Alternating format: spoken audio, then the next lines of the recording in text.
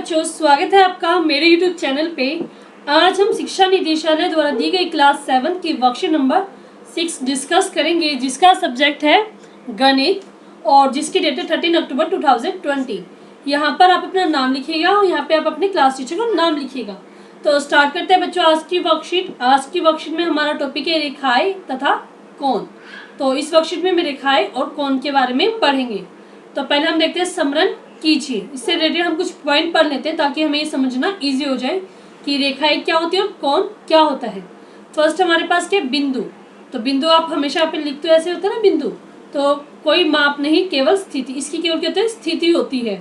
Next हमारे पास रेखा, निश्चित माप नहीं, बिंदुओं का समूह जिसे दोनों दिशाओं में बढ़ाया जा सकता है, दो बड़े अक्षरों या एक छोटे अक्षर से दिखाया जा सकता है, उससे हम क्या कहते हैं, रेखा।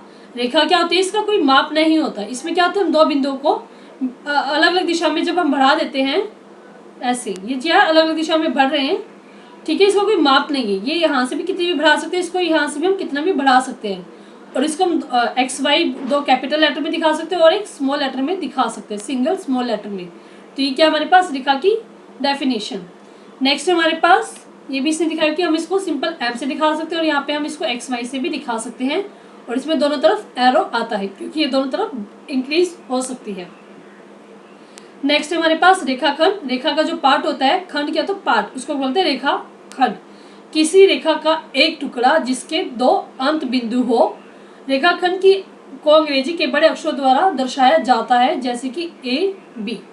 तो रेखा का जो पार्ट हो जाता है, जैसे कि हम रेखा क्या होता है, अनलिमिटेड होती है, इसको हम कितना भी इंक्रीज कर सकते हैं दोनों साइड में। लेकिन रेखाखंड क्या होता है, जिसको एक अंत बिंदु होते हैं, जिसको हम बढ़ा नहीं सकते, जिसका यहाँ पे खत्म हो गया, इसको हम आगे नहीं बढ़ा सकते, इसको क्या बोलते हैं, रेखाखंड। इसको कैपिटल लेटर में हम दिखाते हैं। नेक्स्ट है हमारे पास किरण। किरण रेखा का वह एक हिस्सा है जिसका एक अंत बिंदु नामतः प्रारंभिक बिंदु होता है, अन्य बिंदु को अपरिमित रूप से बढ़ाते हैं। किरण को OP संकेत से दिखाया जाता है। तो इसने क्या कहा है कि एक हमारे पास क्या होता है, एक अंत बिंदु होता है और एक को हम एक साइड से हम इसको कितना भी बढ़ा सकते हैं। तो जो हमारे पास अंत बिंदु होता है उसको हम बोलते हैं प्रारंभिक बिंदु, और दूसरे को हम कितना भी इंक्रीज कर सकते हैं। तो इसको हम हमेशा इसको OP संकेत से दिखाया गया है यहाँ पे, ठीक है।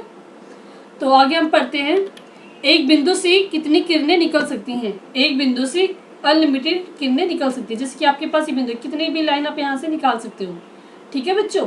तो यहाँ पे हम क्या कहेंगे, इसको हम अनलिमिटेड किरणें हम निकाल सकते हैं यहाँ से, ठीक है। इसका आंसर आएगा अनलिमिटेड। नेक्स्ट है हमारे पास कोण। एक कोण दो किरणों अथवा रेखाओं अथवा रेखाखंड के मिलने से बनता है। उभयनिष्ठ बिंदु शीर्ष बिंदु कहलाता है। कोणों को डिग्री में मापा जाता है। एंगल O या एंगल POQ या एंगल QOP दिखाया गया है यहाँ पे। तो जैसे हमारे पास यहाँ पे कोण दिया गया है POQ। तो कोण हमेशा दो किरणों से बनता है। किरणें क्या होती है, एक हमारे पास स्टार्टिंग पॉइंट होता है, वो फिक्स होता है, और दूसरा क्या होता है, इसको हम इंक्रीज कर सकते हैं। तो ये क्या हमारे पास किरण दी हुई है और दो किरणों या दो रेखाओं या दो रेखाखंड के मिलने से बनता है, ठीक है बच्चों। और जिस बिंदु पे करते हैं उसको हम बोलते हैं शीर्ष बिंदु कहलाता है। और डिग्री को हम हमेशा डिग्री में, कोणों को डिग्री में मापा जाता है। जैसे कि इसका और इसका नाम हम क्या लिखेंगे, एंगल OPOQ। जो हमारे पास जिस पे एंगल बनता है उसको हम हमेशा बीच में रखते हैं, तो POQ भी लिख सकते हैं और इसको हम QOP भी लिख सकते हैं। ये इसके नाम की, इसको हम ऐसे लिख सकते हैं। नेक्स्ट हमारे पास क्या एक सरल रेखा कोण हो सकती है। इसका आंसर होगा हाँ, क्योंकि क्या एक सरल रेखा है, तो ये सीधी रेखा है, तो इस पे क्या एंगल तो बन ही रहा है, कितने का एंगल 180 का, तो ये क्या है, एक सरल रेखा भी कोण हो सकती है। नेक्स्ट है हमारे पास पूरक कोण। पूरक कोण क्या होते हैं, जब दो कोणों के मापों का योग 90 डिग्री होता है तो उसे हम क्या कहते हैं, पूरक कोण। और संपूरक कोण क्या होते हैं, जब दो कोणों के मापों का योग 180 होता है तो उसे हम क्या कहते हैं, संपूरक कोण।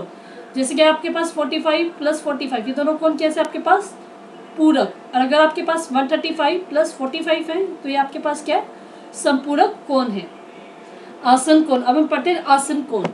ऐसे दो एक दूसरे से सटे हुए आसन कोण को हम क्या बोलते हैं, जो एक दूसरे से सटे हुए होते हैं। आसन कोणों में उभयनिष्ठ शीर्ष एवं उभयनिष्ठ भुजा होती है। कोण POR और कोण आर और क्या आसन कोणों की युग्म है।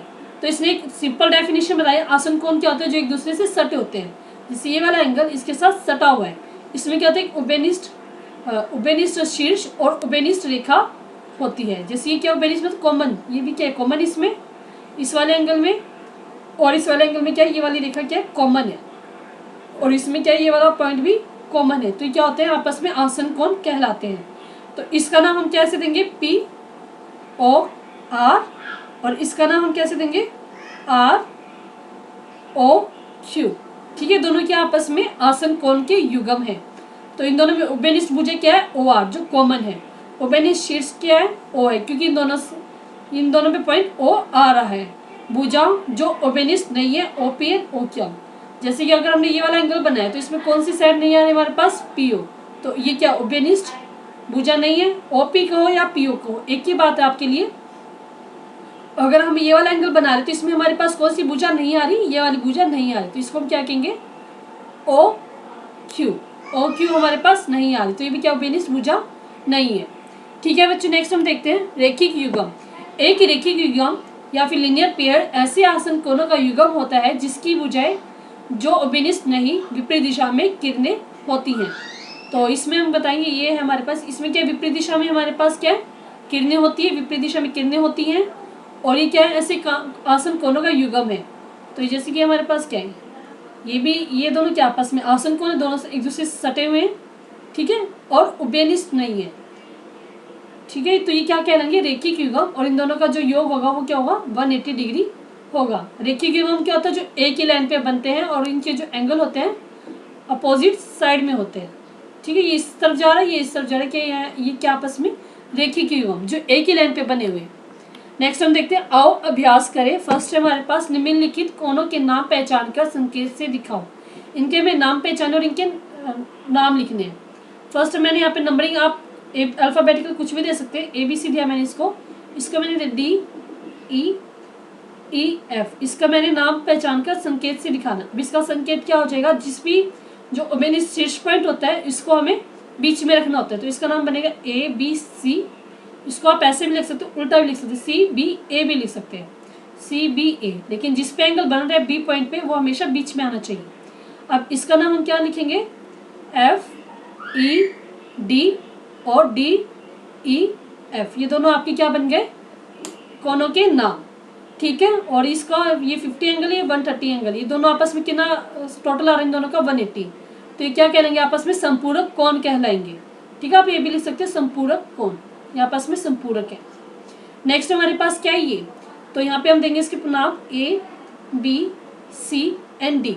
तो इस वाले एंगल का नाम क्या बन जाएगा, एंगल ए बी सी, और इसका बनेगा हमारे पास बी डी बी एंड सी, और ये दोनों क्या है आपस में क्या आसन कोण है, और एक लाइन पे बने हुए, तो ये क्या कहलाएंगे आपस में रेखिक युग्म। ठीक है बच्चों, ये आपस में क्या कहेंगे, रेखिक युग्म। नेक्स्ट हमारे पास ये वाला पॉइंट और ये वाला एंगल, इसको हमने नाम दिया ए बी सी डी। इस वाले एंगल का नाम हो जाएगा हमारे पास ए बी सी, और इसका नाम हो जाएगा हमारे पास सी बी डी। ठीक है बच्चों, इसको आप उल्टा भी लिख सकते हैं, सी बी ए, और इसको आप दूसरा नाम भी दे सकते हैं डी बी सी, लेकिन जो पॉइंट है बी वो बीच में ही रहेगा, क्योंकि बीच में हमारे पास एंगल इसी पॉइंट पे बना हुआ है। तो ये आपस में कैसे है, ये हमने इसका नाम दे दिया। ठीक है, अगला हम देखते हैं, ये क्या आपस में आसन कोण भी कहते हैं, क्योंकि ये दोनों आपस में सटे हुए हैं। ठीक है, आप इसका नाम लिख लेना आसन कोण। नेक्स्ट हमारे पास ये हमें दिया हुआ है, इसका नाम हम देंगे A B C and D. तो इस वाले का एंगल का नाम होगा ए बी सी, और इसका एंगल हो गया सी बी डी, या फिर आप ये कह सकते हो डी बी सी, एक ही बात है। और ये दोनों आपस में ऐसे एंगल बना रहे तो क्या होता है, 90 का एंगल होता है, तो ये हमारे पास क्या बन गया, पूरक कोण। ये आपस में क्या है, पूरक कोण है। ठीक है, दोनों कोण क्या आपस में पूरक है। नेक्स्ट हम देखते हैं क्वेश्चन नंबर 2, निम्नलिखित आकृति में क्या कोण 1 और 2 आसन है। तो हम देखते हैं ये हमारे पास 1 है, ये हमारे पास 2 है, तो ये आसन नहीं है। आसन कोण क्या होते हैं, जो आपस में सटे हुए होते हैं।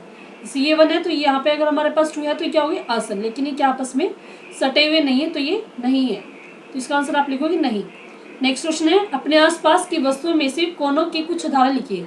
कि अपने आसपास आपको चीजें देखनी है और बताना कि ये कौन सा कोण बना रही है, फिर इनमें कोण अप्लाई हो रहा है या नहीं हो रहा।